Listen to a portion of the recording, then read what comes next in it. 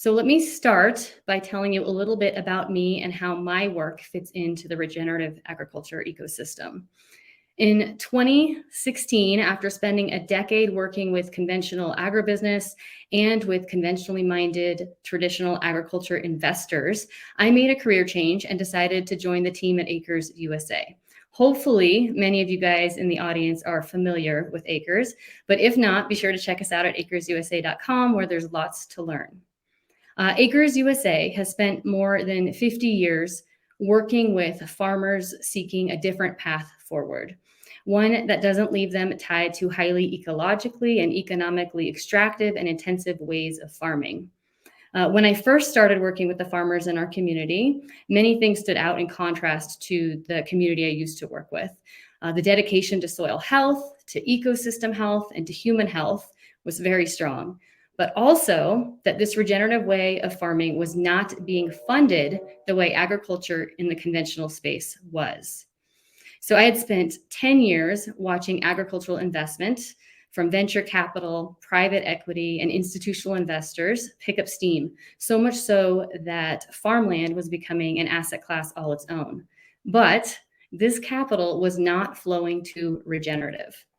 So in 2018, I founded Regenerative Food Systems Investment to address the tremendous need and opportunity to bring more capital to not just regenerative farming, but to build a system around regenerative farmers so that the transition, to a new food system can be truly lasting. So even in the 3 years that RFSI has been in existence, we have seen tremendous growth in the investment space, just like we've seen tremendous growth in regenerative agriculture in general.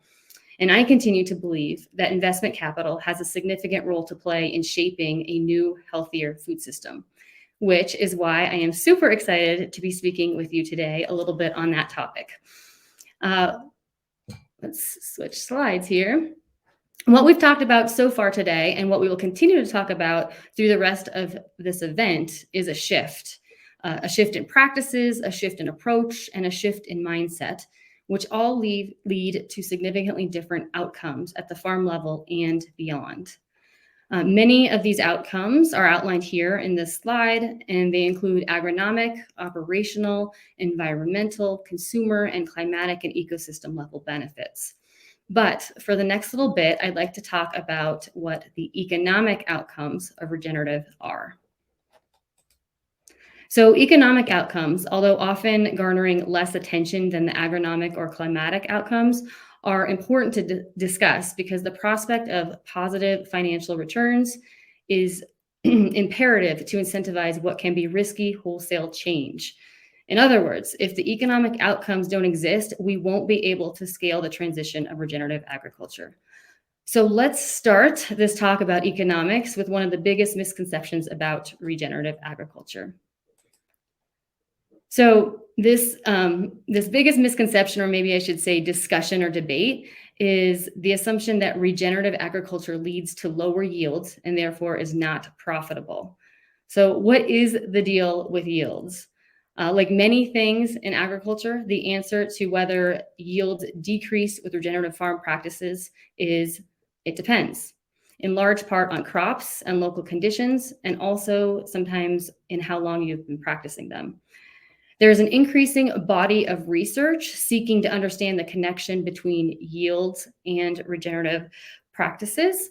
And I want to share just some of the highlights here today.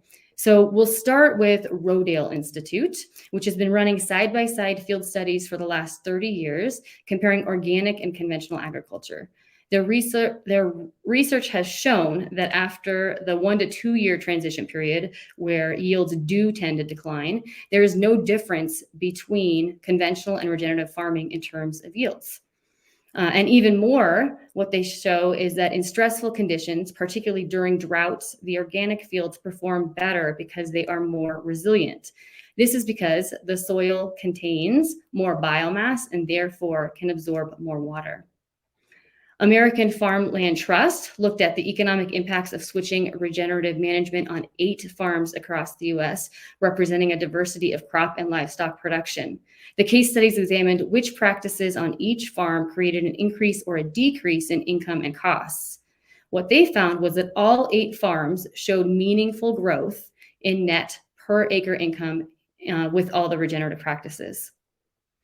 South Dakota State University surveyed farmers to compare the profitability, resilience, and optimism of regenerative versus conventional producers.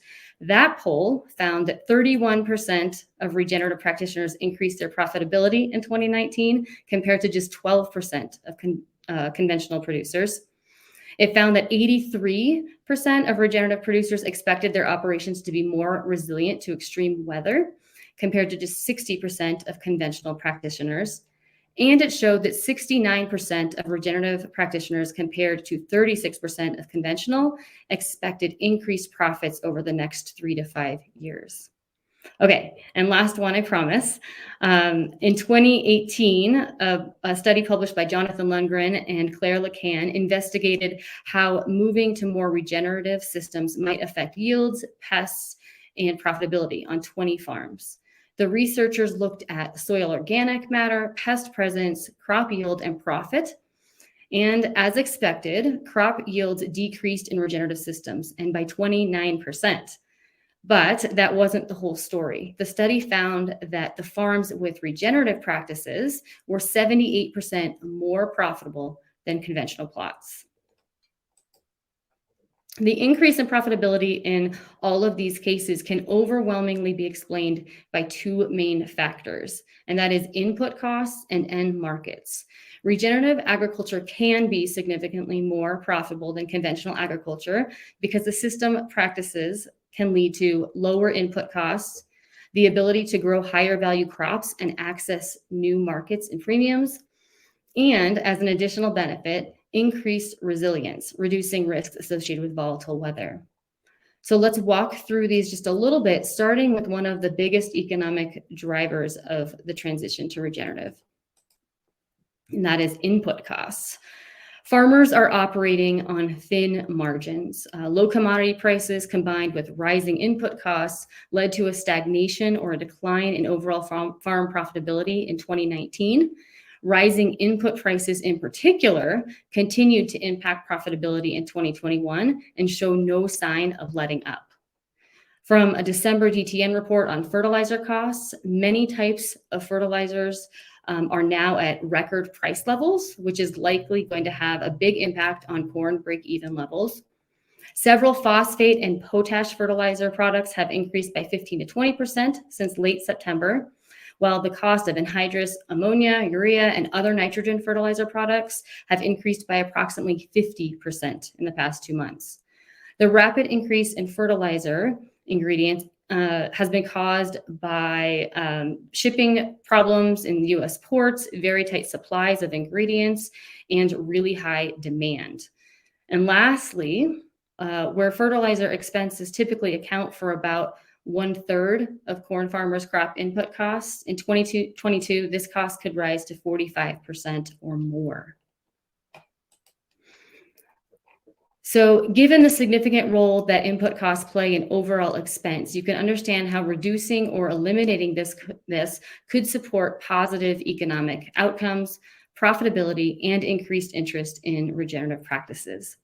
Revisiting the 2018 Lundgren and Lacan study that I mentioned just a few moments ago, we can compare the revenue and costs of conventional and regenerative production systems.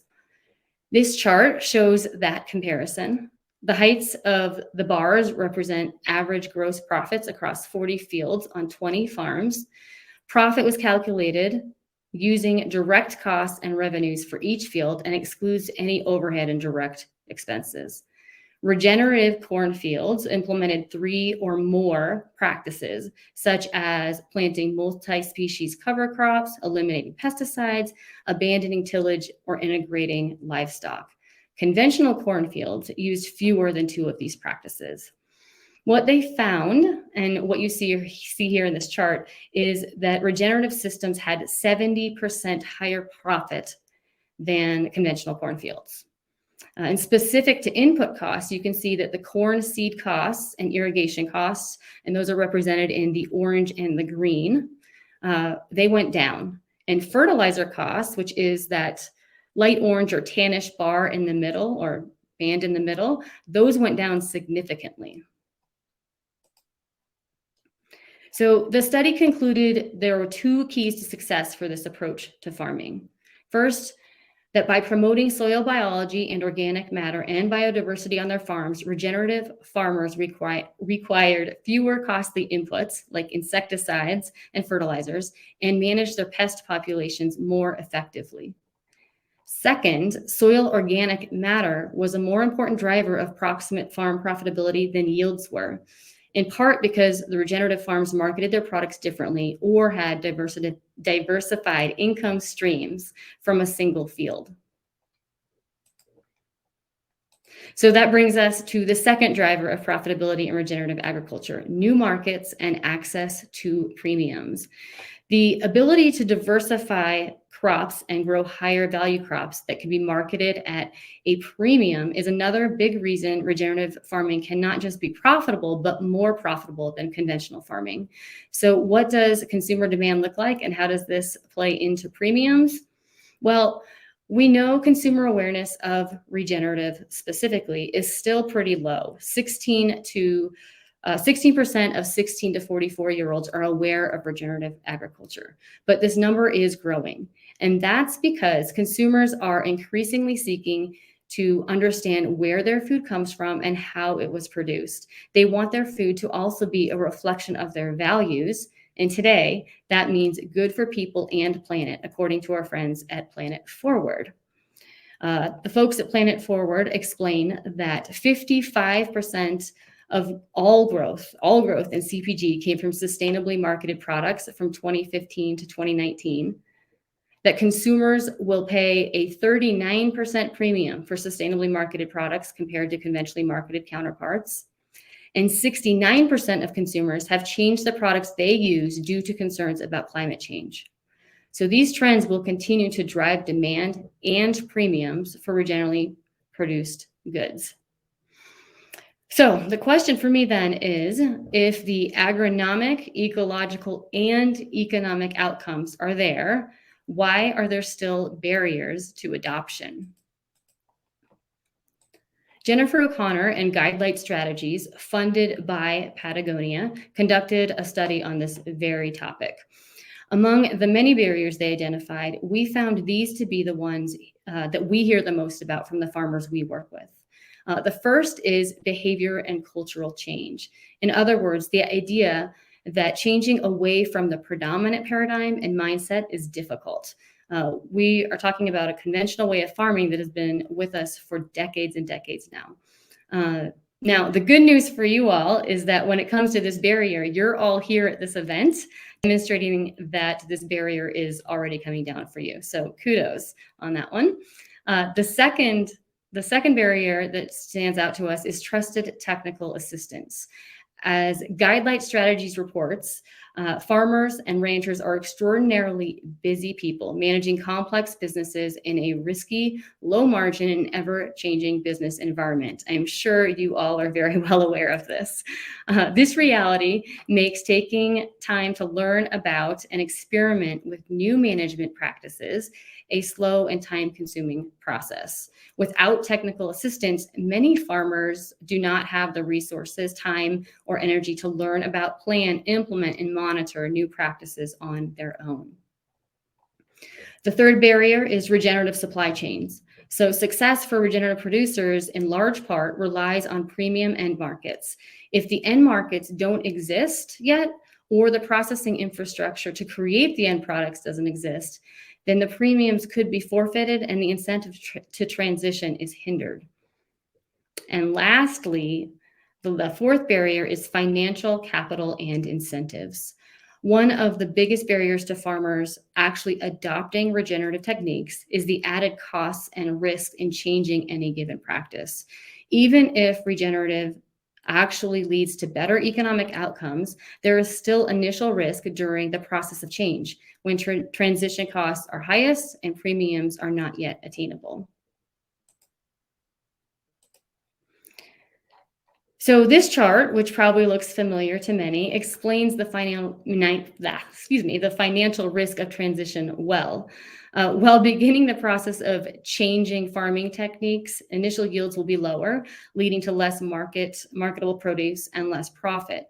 A Bain and Nature United study suggests that it will be 4 years until a farmer would break even and make the same amount they would have before transitioning.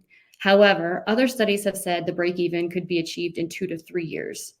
The key here, however, is that after break even, the farmer is better positioned to reach higher profits than if the farm had not made the transition. So we see with all of this that there's great potential for longer term resilience and economic success, but still risk in the near term that inhibits adoption. So the question now is, where do the solutions lie? Well, luckily, there are lots of people and organizations working on this, such as the organizations that are bringing you this event today, the 2 organizations that I work for, and so many others, many of whom I expect are in our audience today.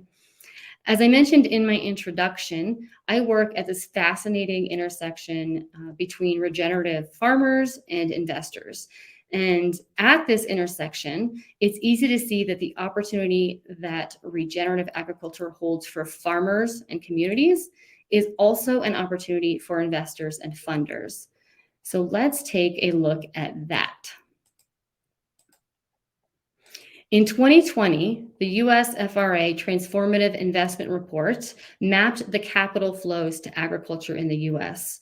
On the left side, you will see capital allocators. And I don't know how big that chart is for you all, but those capital allocators include institutional investors, retail investors, and the very tiny strand at the bottom is the government. And then on the right-hand side is where the capital is flowing. The thicker the line going across the screen, the more capital it represents. So for example, farmland receives the most capital, which is the blue indicated, the little blue bar with 442 on the right, followed by farm operating capital, and then ag value chain companies as a distant third. What I want to point out here is how much capital is flowing to agriculture. So if you look at the bottom of the chart there, $972 billion is going to agriculture. And I also just wanted to note that of the 972 billion, more than half of that is coming from investment funds. So that's that circle at the top of your screen. Now, who wants to guess how much of that is coming to regenerative? Go ahead and take a guess in the chat if you'd like, and I promise I'll tell you shortly. But before I do, let's take a look at the opportunity for regenerative agriculture. In the US alone, the 2020 Soil Wealth Report estimated that more than $700 billion in investment will be needed over the next 30 years to scale regenerative agriculture. And that investment will generate $10 trillion in net financial returns. $10 trillion, that's a lot. Yet, to this point, only $47.5 billion in investment is regenerative has been executed. So I haven't been able to look at the chat, but did anybody guess that one, 47.5 billion? Perhaps. I think somebody said 1%, which is even higher. So there is significant opportunity remaining, and funders are increasingly catching on to this. In the past few years alone, we've seen the interest and dollars in the space increase. In fact, from 2018 to 2020, in a sample of 108 companies, we saw a dramatic increase in funding, both to companies and funds working in regenerative. It went from 49 million to 1.35 billion. So, and I really think that this is only getting started. So we're seeing a new crop of investors who are seeking more than just capital returns. They want to build solutions and generate impact. They are looking for some of the same public and private benefits that also drive farmer and consumer interest, according to the Soil Wealth Report. And these benefits I've shared on the screen here, also from the Soil Wealth Report. They include things like nutrient cycling and carbon storage, to improved yield stability, which we've already talked about, resilient food systems, and reduced pests and disease. The desire for these benefits is also evident by government interests and consumer demand. Governments, corporations, and CPGs, for example, are making commitments to net zero ambitions and more climate friendly and regenerative sourcing. as seen last year at the COP26 meeting in Glasgow. Meanwhile, consumers are increasingly aware of and demanding products that are good for people and planet, as we already discussed. So we can see this change in investor interest, approach, and mindset in the language that they use and the investments they're making. Here's just a sample of the way these investors speak to the opportunity for regenerative, demonstrating an increasing understanding that the connection between soil, human, ecological, and economic health is far deeper than once thought. For example, Trailhead Capital, which is that top one up on your screen, they are a relatively new venture capital fund. And what they say is, we believe regenerative agriculture represents the greatest opportunity to improve human health and planetary health. And their investments in on-farm and off-farm technologies support this statement. So while capital allocators are starting to understand the interconnectedness of the food system, and particularly that soil health and the way we do agriculture impacts the entire system, we are seeing the capital flow where demand for regenerative is strongest, to the farm and to the consumer. Along the value chain, we are seeing capital flow to farmland first and foremost. So $22.8 billion of the $47.5 billion already invested in regenerative agriculture has been in farmland and real assets. We've seen an increasing number of the funds and REITs designed to invest in the transition of land from conventional production to regenerative in the past 2 to 3 years. So there's new funds like Clear Frontier and Biome Capital, who are joining veterans operating in the space, like Iroquois Valley Farmland REIT, SLM Partners, and Agriculture Capital. We also see increasing investment in new solutions and technology that support the farmer and enable regenerative production. Examples of this are investments in inputs like biologicals and tools and services. Think innovative fencing for pastured livestock. And of course, we also see capital flowing to carbon markets. On the other end of the value chain, the consumer side, we're seeing investments in new food brands and technology to support CPGs in measuring the impact of their supply chains. Here, I think of companies like How Good. Investments in these areas alone represent tremendous opportunity for the next decade and beyond. But we can't truly build a regenerative or even sustainable system if some of the pieces are missing. So where isn't the capital flowing in this diagram? I'll leave that as an option in the chat while I take just a quick sip of water. Nobody? Okay. All right. I will tell you the middle. So where we haven't seen tremendous investment yet, and where there is a great white space for increased research, attention, and investment, is in what we call the missing middle, the infrastructure, processing, and distribution of regenerative crops into regenerative ingredients and end products. Even though COVID shone a bright light on the weaknesses of the conventional supply chains we've built, we aren't yet seeing the capital flow to this space for regenerative at the same rate as we do at the other ends of the supply chain there, the farm and the consumer.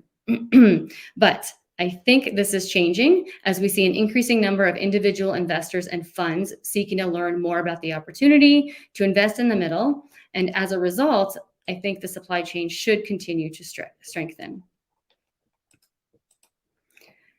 So you might be asking yourself, why is Sarah telling me all about investors coming into the system?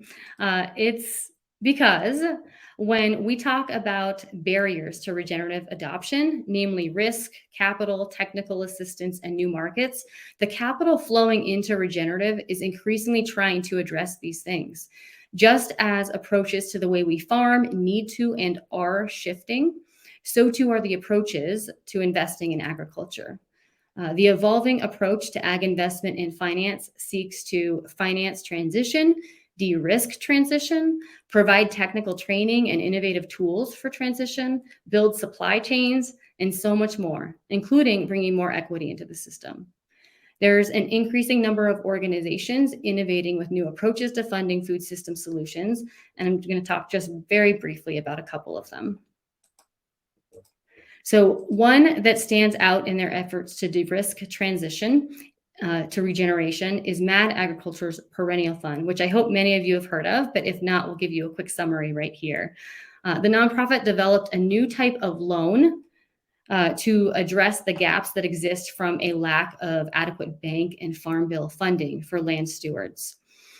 What's different about their approach in this vehicle is that the team really understands the risks of transition and has set up a system to address the barriers that can get in the way of success.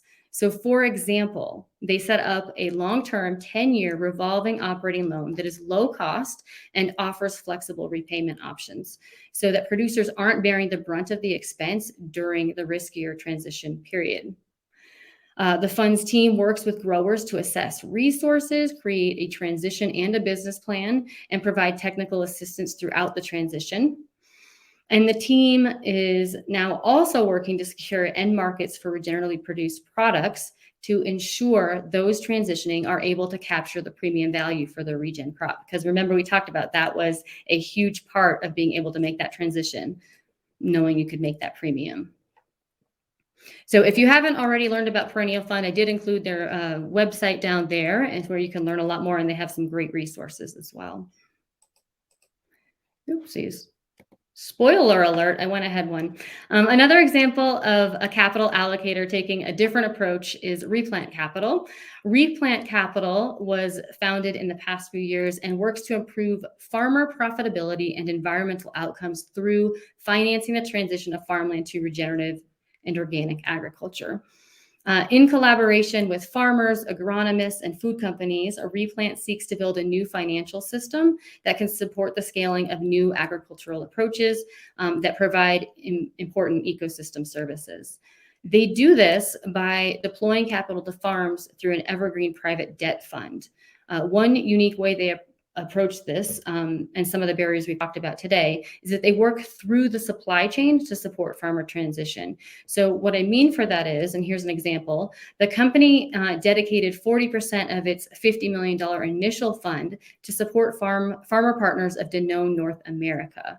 By making loans to Danone's farmers, Replant is ensuring that there is a long-term stable buyer for the farm's products, which also makes the loans more creditworthy. So just another model for you. So those are just a couple of examples, but the truth is that there is an entire ecosystem of financial vehicles developing to support transition to regenerative food systems. And I've included some here, but this is by no means all of them. The ecosystem is much bigger and really growing every day. These stakeholders do this not only by creating vehicles to reduce financial risk, but also by investing in technology and tools that can support transition on the farm, by investing in processing and infrastructure that can help get regenerative products to premium markets, and by supporting the food companies that have regenerative supply chains. With these co-collaborators in the regenerative revolution, the barriers that we discussed that are inhibiting adoption of regenerative agriculture are going to continue to get smaller and smaller. And the opportunity, well, that's just going to keep getting bigger. So thank you all. That's all I have. And I will check the questions that I think the team was sharing with us. And I'm going to take my slides down. Here we go. Okay, so I have some questions up here. What can we do? The first one of the questions is, what can we do to help transition from conventional to regenerative?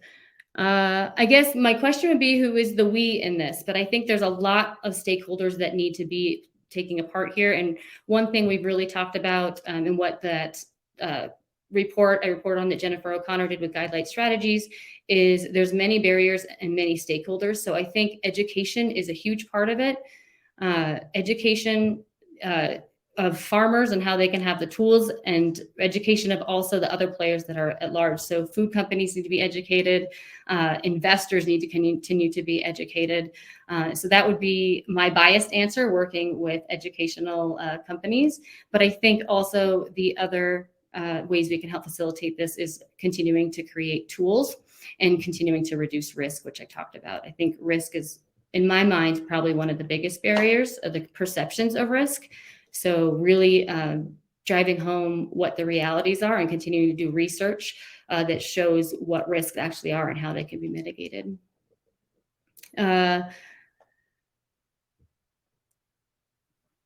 Okay.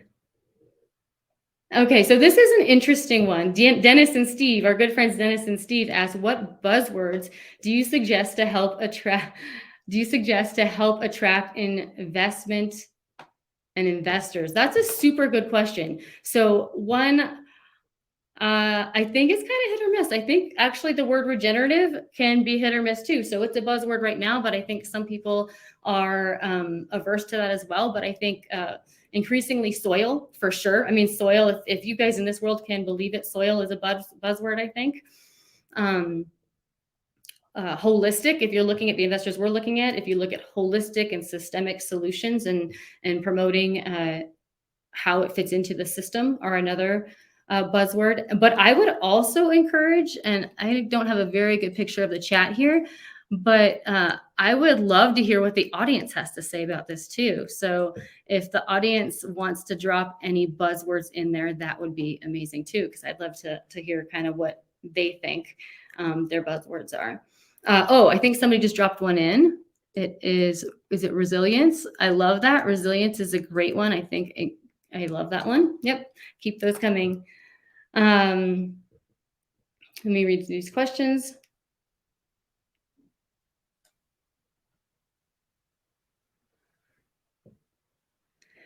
This is interesting. Okay, I like, there's a question here that says, what is the potential role of carbon sequestration, voluntary carbon markets, in funding and incentivizing transition? I would love to hear what farmers say, but from what we've heard, it is secondary right now. So the markets aren't quite developed enough, and farmers aren't quite, and they're a little confusing right now too, right? Carbon markets. So I think right now, in terms of incentivizing funding and transition, I think they're secondary to all the other benefits we talked about today. I think as they get more developed, they will become a bigger part of it. But from what we've heard, especially from some of the larger scale investors that are looking at farmland, they will evaluate farmland and the investment opportunities for all of the other benefits that can come from it. And then whatever they can get from carbon sequestration and carbon markets will be that kind of added benefit that they'll have. Great question, though. Thank you. And I love this. I'm going to read a few more of these. So harmony with nature, mimicking nature. Nature is a great one. Agroecology and water quality. Water quality is one, yes, that I don't know that we talk about quite enough. So going back to the question of how we get buzzwords and investors, there is a whole ecosystem of water investors that probably have not been brought into the regenerative space enough. And so I think tying what we're doing with soils and farmland would be a wonderful way to bring in another pool of capital to this space.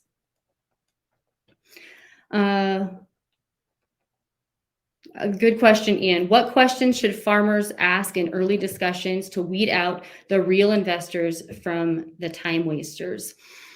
Ian, that's a really good question. And so what we talk about in our investor/activator community, so we call activators those folks that are going to activate the capital that investors get. So farmers would be included in that.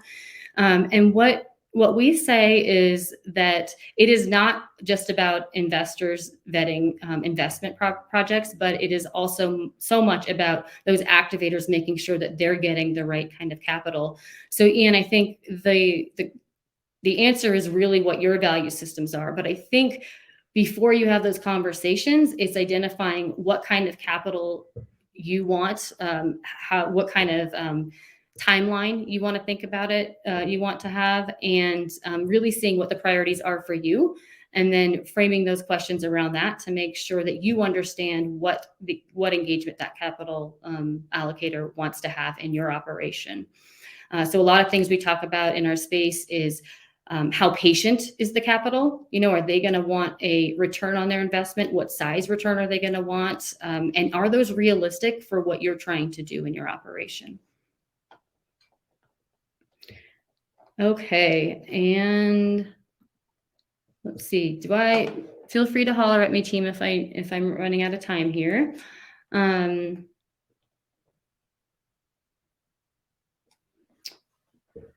Reasoning.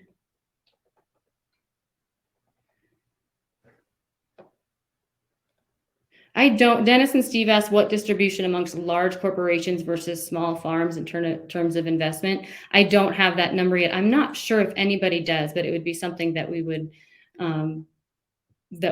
want to look into, and I would love to get that information.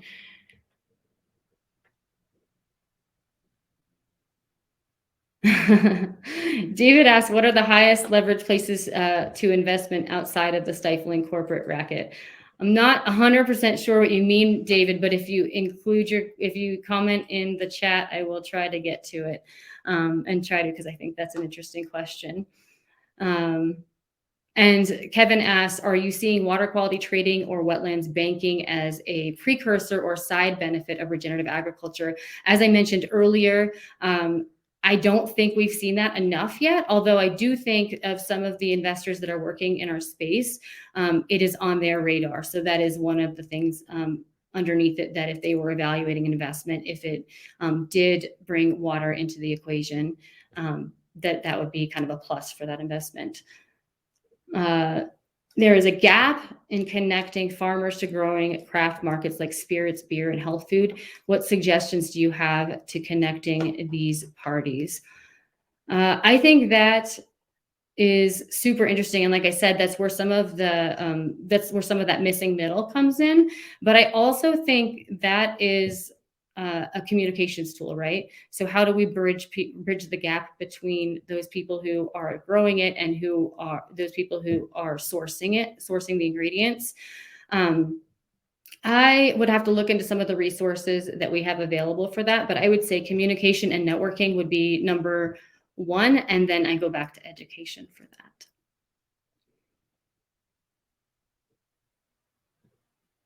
that. Just reading. Yeah, so another question, what do you feel about the source of capital as it stands? I mean, there's a lot of large investors entering the fringes of the space who have very opposite purposes regarding regen ag. That is 100% a huge topic of conversation in our space. And I think something that needs to always be talked about. So even within our community, there's debate on the types of returns and expectations of larger investors or investors that perhaps are more accustomed to investing in conventional agriculture. And so it goes back to educating, and going back to Ian's question about finding the right investment capital for you. I truly believe that there are so many investors and funders out there that already understand and embrace this idea of regenerative. But what we're trying to do is the same thing we're trying to do with regenerative agriculture. We're trying to change a system within an already existing system. So we're trying to change to regenerative farming within what is so strongly a conventional farming system. So the same thing is happening with investment.